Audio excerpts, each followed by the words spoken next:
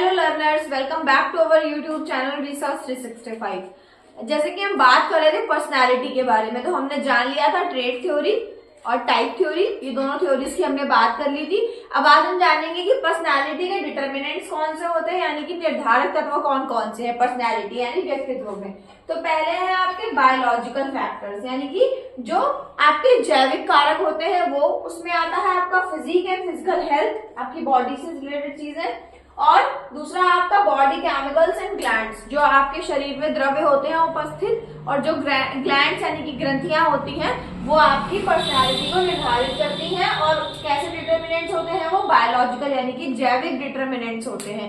जैसे आपने सुना होगा बहुत सारी अलग अलग ग्लैंड से अलग अलग तरीके के हार्मोन सिक्रीट होते हैं, वो हमारी पर्सनालिटी में हमारी लंबाई कैसी होगी, हमारा मेंटल चीजें कैसी होंगी, उन सबको निर्धारित करते हैं। फिर दूसरा डिटर्मिनेंट है आपका एनवायरमेंटल यानी कि पर्यावरणीय कारक या निर्धारक। उसमें जैसे आपका सामाजिक वातावरण कैसा है, आपका कल्चर सांस्कृतिक चीजें कैसी है, और आपकी इकोनॉमिक यानी आर्थिक चीजें कैसी हैं। तो ये दो तरीके के बेसिकली डिटर्मिनेंट्स है पर्सनालिटी के, निर्धारक है। एक है आपका जैविक और दूसरा है पर्यावरणीय।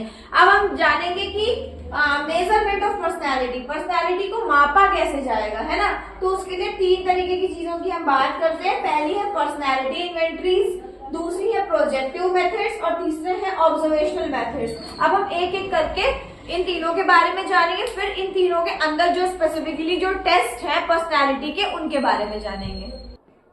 चलिए, तो हम अब बात करेंगे सबसे पहले पर्सनालिटी इन्वेंटरीज की। मैंने अभी बताया ना कि मेजरमेंट ऑफ पर्सनालिटी में, पर्सनालिटी के मेजरमेंट में जो पहला टाइप है वो है पर्सनालिटी इन्वेंटरी। तो पर्सनालिटी इन्वेंटरी की बात करेंगे, ये क्या करती है, हमारे ट्रेड्स रिलेटेड क्वेश्चंस होते हैं पर्सनालिटी इन्वेंटरी में। यानी जो है इसमें कैसे क्वेश्चन आते हैं आपके ट्रेड्स रिलेटेड, यानी कि आपके शील गुण से संबंधित। शील गुण मैंने आपको कल भी बताया था प्रीवियस वीडियो में, जो आपके बिहेवियर को डिस्क्राइब करने का काम करती है ना, वो आपके शील गुण होते हैं। जैसे कि आप ऑनेस्ट हैं, आप ज्यादा एग्रेसिव हैं, आप बहुत लेजी हैं, तो ये सारी चीजों को। तो ट्रेड्स रिलेटेड क्वेश्चन होते हैं, आपको आंसर करना होता है हाँ या नहीं में, सही या गलत में। ठीक है, कोई ऐसा क्वेश्चन होगा कि क्या आप सुबह देर से सोकर उठते हैं, हाँ या नहीं, तो या तो आप हाँ लगाएंगे या नहीं, बीच का कोई ऑप्शन नहीं, सही या गलत। ठीक है, फिर ये सेल्फ रिपोर्टेड इन्वेंटरीज होती हैं, है ना, ये आप खुद अपने बारे में बताते हैं। सेल्फ रिपोर्टेड, सेल्फ मतलब खुद से होता है ना, मतलब,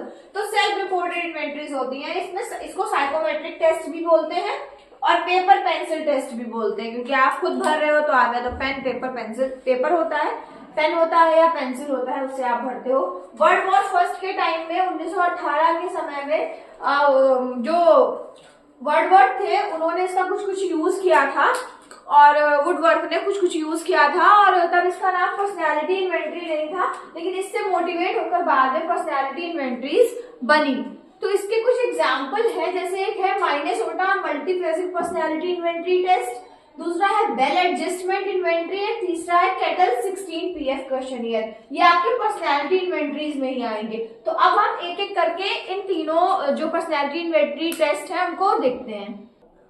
तो चलिए, अब पर्सनालिटी इन्वेंटरी का जो पहला आपका टेस्ट है वो है माइनेसोटा मल्टीफेसिक पर्सनालिटी टेस्ट, या इसको MFPI-2 भी बोलते हैं। ठीक है, ये किसने दिया था, हाथावे एंड मैकिनले ने दिया था 1940 में। इसमें 550 आइटम्स है, मतलब नंबर ऑफ क्वेश्चंस आप कह सकते हो वो 550 है।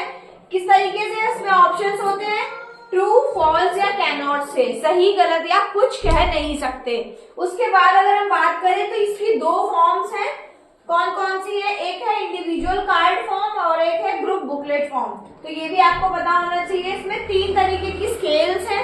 जो L स्केल है ना, वो उन लोगों के लिए बनी है जो बहुत ज्यादा अपने आप में दिखाते हैं कि मेरे अंदर बहुत सारी क्वालिटीज है, मतलब वो बहुत ज्यादा झूठ बोलने की प्रवृत्ति के लिए है।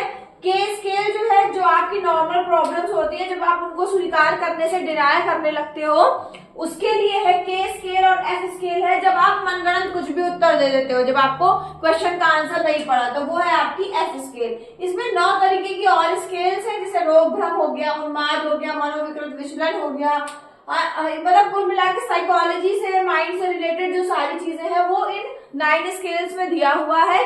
फिर अगर हम बात करें तो MMPI को MMPI-A भी बोलेंगे, आया बाद में ये एडोलसेंट्स के लिए, एडोलसेंट जो है किशोरों के लिए ये आया है MMPIA। ये डायग्नोस्टिक टूल है और ये लगभग 114 लैंग्वेजेस में अवेलेबल है। तो ये था आपका माइनेसोटा मल्टीफेसिक पर्सनैलिटी टेस्ट।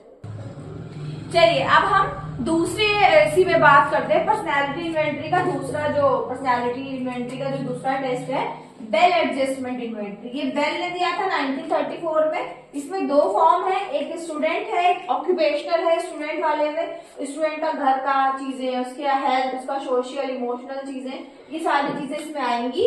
स्टूडेंट फॉर्म में 140 आइटम्स हैं और जो आपका ऑक्यूपेशनल है उसमें 160 है, 140 प्लस 20। ये 5 एरियाज को फोकस करता है। उसके अलावा ये हिंदी और मलयालम में अवेलेबल है लैंग्वेज में। इसकी रिलायबिलिटी जो होती है ना वो 0.75 से लेकर के 0.89 तक है और इसकी जो वैलिडिटी है वो 0.58 से लेकर के 0.89 तक है। ठीक है, तो ये था आपका बेल एडजस्टमेंट इन्वेंटरी टेस्ट। ये भी पर्सनैलिटी को मेजर करने का काम करता है। इसके पहले हमने माइनेसोटा की बात की थी। तीसरा है इसी में कैटल का 16 PF क्वेश्चनियर। इसमें 16 ट्रेड्स की बात की। बाइपोलर होते हैं, ऐसे होता है ना, इधर एक्सट्रोवर्जन उधर इंट्रोवर्जन, तो जहां पर वो लाई करता है उस हिसाब से हम उसको रेट कर देते हैं। तो ऑल इन ऑल हमने पर्सनैलिटी इन्वेंटरी में 3 तरीके के टेस्ट पढ़े, माइनेसोटा, और दूसरा हमने पढ़ा बेल एडजस्टमेंट, और तीसरा है हमारा कैटल का 16 PF। अब इसकी कमियां क्या थी कि पर्सनैलिटी इन्वेंटरीज की वैलिडिटी जो थी ना वो कम थी, यानी वैधता जो थी वो कम थी। लोग फेक आंसर भी कर सकते। जब आपको सही या गलत में आंसर करना होता है तो ऑब्वियसली आप सही की तरफ जाओगे, कोई भी ये नहीं कहेगा कि मैं आलसी हूँ।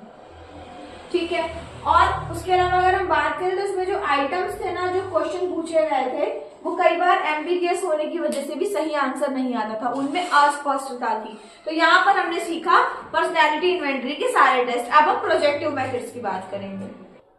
तो लर्नर्स अब हम बात कर लेते हैं प्रोजेक्टिव मेथड्स की, यानी कि प्रक्षेपण विधियां। ये कैसी होती है? इनडायरेक्ट होती है और उसमें जो आइटम्स होते हैं ना वो एक तो आपके अनस्ट्रक्चर्ड होते हैं और थोड़े से एम्बिगियस यानी अस्पष्ट होते हैं। तो इस तरीके का जो पहला टेस्ट है प्रोजेक्टिव मेथड्स का वो है वर्ड एसोसिएशन, यानी शब्द साहचर्य परीक्षण। यानी इसमें क्या होता है कि जो टेस्ट लेने वाला है वो कुछ एकदम से कोई शब्द बोलता है और वो शब्द सुनते ही सामने वाले के दिमाग में जो पहला शब्द आता है वो उसको बताना होता है। ठीक है, तो ये फ्राइड और ह्यूम ने इस पे काम किया था। और उसके बाद में एक रोशार्क का है जो टेस्ट, ये बहुत ही इंपॉर्टेंट है, ये बहुत पूछा भी जाता है। ये स्विट्जरलैंड के रहने वाले थे, साइकियाट्रिस्ट थे और इनका नाम था हरमन रोशार्क। और 1921 में इन्होंने ये टेस्ट दिया है, यानी कि प्रोजेक्टिव मेथड का, पर्सनैलिटी का प्रोजेक्टिव मेथड का टेस्ट है रोशार्क टेस्ट। इन्होंने क्या किया है कि 10 कार्ड्स हैं, उनमें 5 ब्लैक एंड व्हाइट है और 5 कलर्ड है। इस जो पूरा आपका टेस्ट है रोशार्क टेस्ट, इसके 4 पार्ट है, यानी 4 भाग है, जिसमें पहला है लोकेशन यानी स्थान निरूपण, यानी कि स्याही का जो धब्बा है वो पूरा दिख रहा है या उसका कुछ अंश दिख रहा है, उसके आधार पर बात की गई है।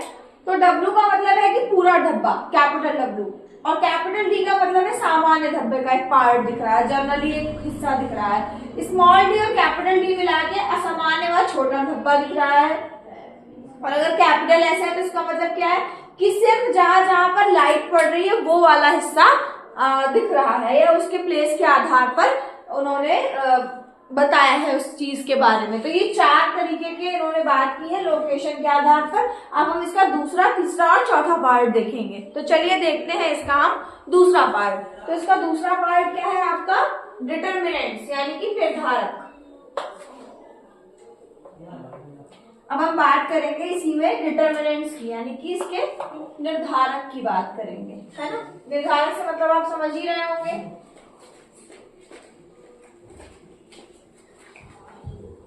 अब हम अपने दूसरे तत्व की बात करेंगे, दूसरा एलिमेंट। 4 पार्ट बताया ना मैंने, दूसरा है डिटर्मिनेंट्स, मतलब धब्बे के कौन कौन से गुण की वजह से इंसान यानी व्यक्ति जो भी है वो एक पर्टिकुलर रिस्पॉन्स दे रहा है। उसमें है पहला आपका जैसे आकार के आधार पर, तो आकार के लिए इन्होंने F का यूज किया है, कलर के लिए C, ह्यूमन रिस्पॉन्स के लिए कैपिटल M, एनिमल रिस्पॉन्स के लिए FM, और एनिमिनेट मतलब जो नॉन लिविंग थिंग्स हैं।